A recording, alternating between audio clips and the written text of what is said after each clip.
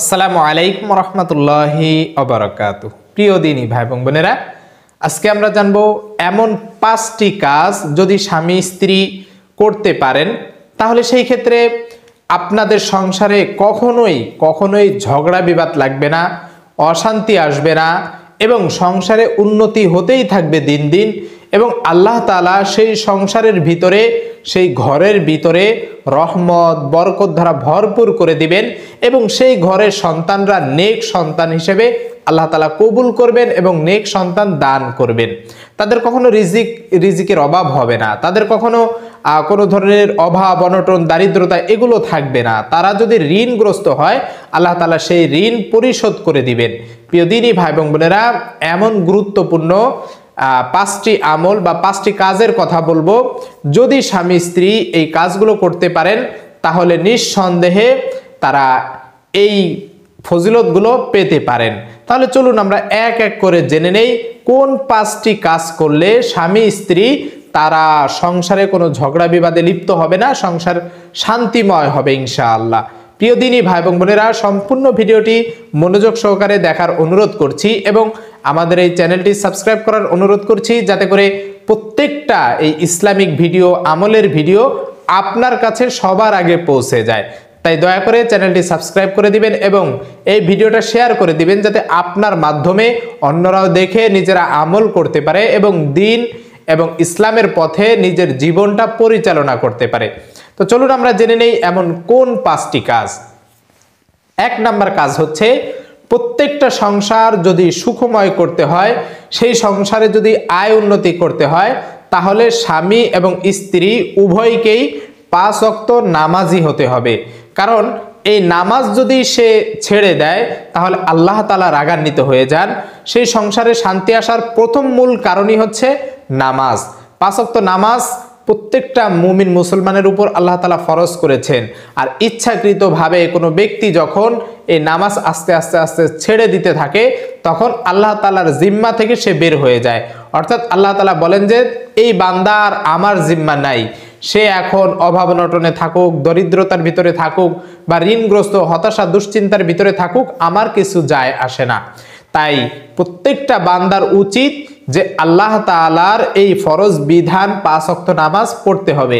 এখন কথা হচ্ছে, অনেকেই বলতে পারেন যে হুজুর, যারা নামাজ পড়ে না তাদেরকেও তো আল্লাহ তাআলা রিজিক দিয়ে থাকেন, তাহলে তারা যে রিজিক পেয়ে থাকে, আল্লাহর জিম্মায় থাকে, তাহলে সেটার কারণ কি?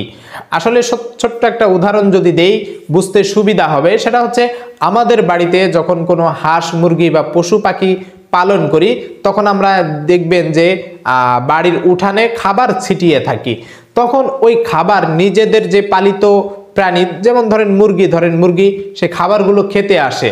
ঠিক তেমনি আশেপাশ থেকেও কিন্তু অন্য গৃহস্থের 2-3টা মুরগি চলে আসে, কিছু মুরগি চলে আসে খাবার খাওয়ার জন্য।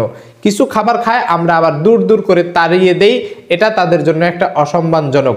ঠিক তেমনি ভাবে আল্লাহ তাআলা ওই নাফরমান বান্দাদেরকেও এইভাবে খাবার খাওয়ান। যেহেতু আল্লাহ তাআলা সৃষ্টি করেছেন, তাই দুনিয়াতে শুধুমাত্র এতটুকু তাদের বরাদ্দ থাকে, আখেরাত তাদের ধ্বংস হয়ে যায়। তাই আল্লাহ তাআলার পরিপূর্ণ বিধান যদি কেউ মেনে চলে তাহলে আল্লাহ তাআলার জিম্মায় থাকে এবং সেই বান্দার সব চাওয়া আল্লাহ তাআলা পূরণ করে থাকেন, সংসারে সুখ শান্তি দান করেন। যেই ঘরের ভিতর 5 ওয়াক্ত নামাজি হয় সেই ঘরে কখনো অশ্লীলতা হয় না, অশান্তি হয় না। এটা আমার কথা নয়, এটা আল্লাহ তাআলা বলেছেন, ইন্নাস সলাতা তানহা আনিল ফাহশাই ওয়াল মুনকার। নিশ্চয়ই নামাজ সমস্ত অশ্লীলতা, খারাপ কাজ থেকে মানুষকে বিরত রাখে। তাহলে এই যে সংসারে অশান্তি, ঝগড়া বিবাদ, গালি গালাজ, স্বামী স্ত্রীকে মারধর করে, স্ত্রী স্বামীকে গালি গালাজ করে, এইভাবে হয়, এগুলো একেবারে দূর হয়ে যাবে নামাজের মাধ্যমে। কারণ আল্লাহ তাআলা তার জিম্মায় নিয়ে নেন এবং তাদেরকে এগুলো থেকে হেফাজত করেন। এটা হচ্ছে মূল মন্ত্র, 1 নাম্বার আমল। তাহলে প্রথম কাজ হচ্ছে স্বামী স্ত্রীর নামাজি হতে হবে, 5 ওয়াক্ত নামাজি হতে হবে।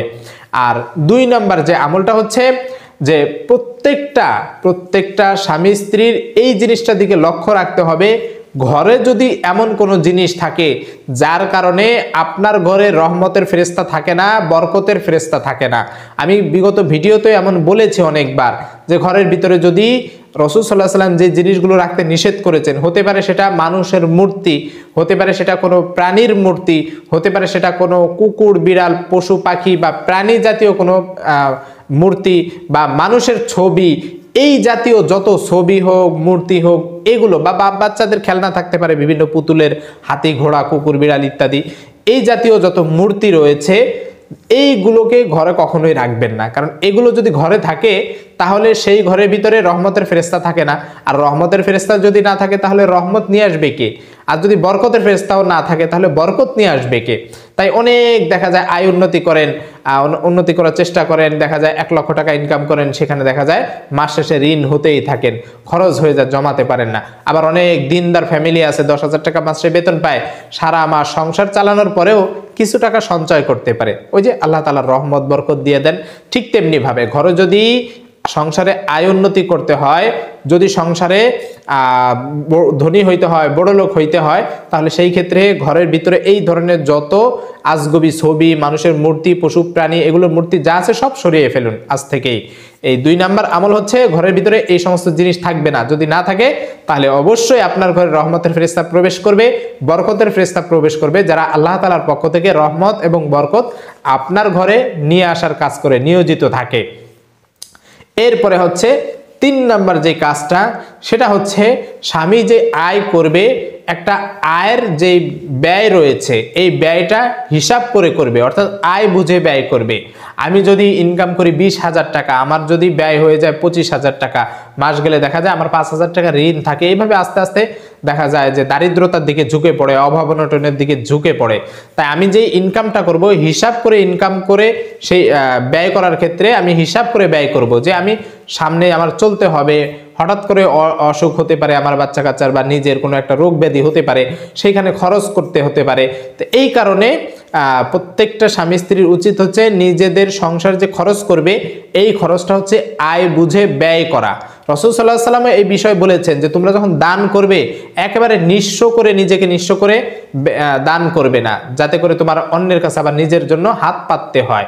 দানের ক্ষেত্রেও নিষেধ করা হয়েছে। তাহলে একটু চিন্তা করেন যে আপনি কেন আয় বুঝে ব্যয় করবেন না। তা আপনার যতটুকু আয় সেই অনুযায়ী আপনি ব্যয় করবেন। আর 4 নাম্বার যে কাজটা হচ্ছে সেটা হচ্ছে যে স্ত্রীরা রয়েছেন, তারা আপনাদের স্বামীর যে ইনকাম রয়েছে এই ইনকামের উপর চাহিদা করে আপনার চাহিদা প্রকাশ করবেন।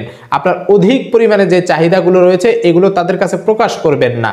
তাই আমার চাহিদা যদি এমন হয় যে আমাকে 1 ভরি স্বর্ণ কিনে দিতে হবে, আমাকে 50,000 টাকা দিয়ে মোবাইল কিনে দিতে হবে, এমন স্ত্রীরা অনেক স্বামীকে বাধ্য করে, কিন্তু স্বামীর ইনকাম হচ্ছে 20,000 30,000 টাকা।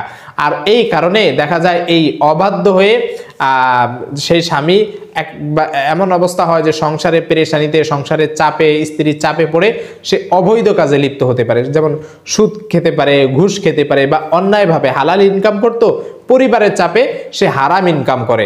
এই হারাম ইনকাম করে পরিবারের চাহিদাটা মিটায়, আর এই কারণেই ওই সংসারে আল্লাহ তাআলা বরকত দেন না, ওই সংসার থেকে আল্লাহ তাআলা রহমত উঠিয়ে নেন। আর ওই কারণে যে সংসারের ভিতরে একটা ঝামেলা সৃষ্টি হয়, ঝগড়া বিবাদ সৃষ্টি হয়, কথায় কথা স্বামী স্ত্রীর ভিতরে এমন দ্বন্দ্ব লেগে যায়।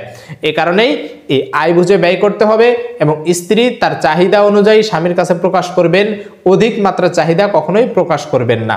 আর স্বামীরও উচিত যে তার কি চাহিদা, নিজের ইনকাম অনুযায়ী তার চাহিদাটা পূরণ করার চেষ্টা করবেন। আর 5 নাম্বার যে আমলটা হচ্ছে যে প্রত্যেকটা স্বামী স্ত্রীর এই জিনিসটা করণীয়, নিজেদের যে কোনো সময় রাগ উঠলেই সেই রাগটাকে নিয়ন্ত্রণ করা। অনেক সময় দেখা যায় স্বামী কাজ থেকে ঘরে ফিরেছে, স্ত্রী হুট করে এসেই তার নিজের যত বায়না আছে তার কাছে প্রকাশ করে। স্বামী এমনিতেই হতে পারে যে যেখানে চাকরি বাকরি করে সেখান থেকে একটু ঝাড়ি খেয়েছে বা বকা খেয়েছে বা খারাপ কথা শুনেছে, এই কারণে তার মেজাজটা একটু গরম হতে পারে। আর এই সময় যদি স্ত্রী তার আবদারগুলো প্রকাশ করে, স্বামী বেচারা রাগ হয়ে যেতে পারে, ঝগড়া হতে পারে। এই সময় এই রাগগুলো নিয়ন্ত্রণ করা, অথবা স্ত্রীর মুড এখন খারাপ, কোনো একটা কারণে মন মেজাজ খারাপ, স্বামী যদি তাকে আরো চেতিয়ে যায় সেই ক্ষেত্রে স্ত্রী আরো রাগ হয়ে যেতে পারে। এই যে স্বামী স্ত্রীর ভিতরে মোট কথা যে রাগ বিষয়টা, এই রাগটাকে নিয়ন্ত্রণ করতে হবে। একজন যদি রাগান্বিত হয় কোনো কারণে, আরেকজন চুপ থাকবে, আরেকজন যদি রাগান্বিত হয় আরেকজন চুপ থাকবে। এইভাবে স্বামী স্ত্রী যদি নিজেই জিনিসটা বোঝাপড়া থাকে যে রাগটাকে কন্ট্রোল করতে হবে। হযরত আলী রাদিয়াল্লাহু তাআলা আনহু এই বিষয়টা বলেছেন যে রাগ হচ্ছে এমন একটা জিনিস যে মানুষের শক্তিশালী বেশি বড় বিষয় নয়। শক্তিশালী হচ্ছে ওই ব্যক্তি যে নিজের রাগকে কন্ট্রোল করতে পারে। রাগের কারণে দেখা যায় স্বামী তার স্ত্রীকে হুটহাট করে তালাক দিয়ে দিচ্ছে।